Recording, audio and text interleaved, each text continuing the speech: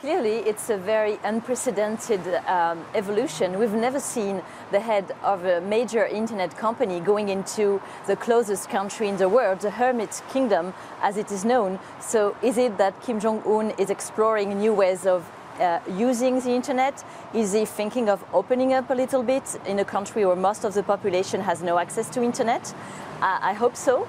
We'll see in the coming weeks and months, but this visit, the fact that this very visit is possible, is, I think, a good sign. Do you think that North Korea eventually will let their people have access to internet?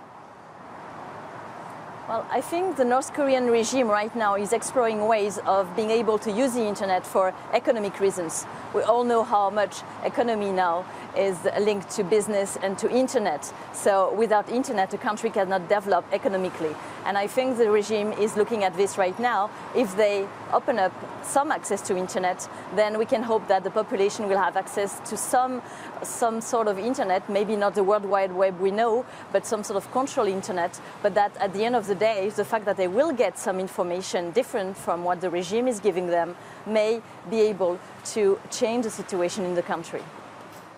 When it comes to dictatorships and their way of handling internet, what trends do you see? Well, some countries, some very close countries decide to keep the population out of access to internet, like North Korea does, or Turkmenistan. Other countries decide to use it for economic purpose, but they control it very closely, as China has been trying to do. And some other countries, they just open to internet and then they realize it can be dangerous politically. It can be a tool for freedom. We've seen it during the Arab Springs. And then they take action to monitor the network, to monitor specifically dissidents. This is what Bahrain, Syria has been doing. Not so much filtering of the internet, but mostly trying to go after those who speak against the regime.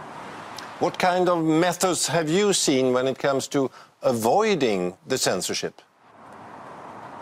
There are many methods, and it really depends on the country we're talking about, but it's true that many activists, hackers around the world have been mobilizing to use proxy servers, VPNs, the Tor network to get around the filters imposed by the regimes. But there are also some very creative ways to pass the information around even when it's blocked. In Cuba, for example, you have a black market where people can buy access to the internet, access codes during the night, and they also use a lot USB keys to put articles and circulate them among the population in the island who has no access to the internet.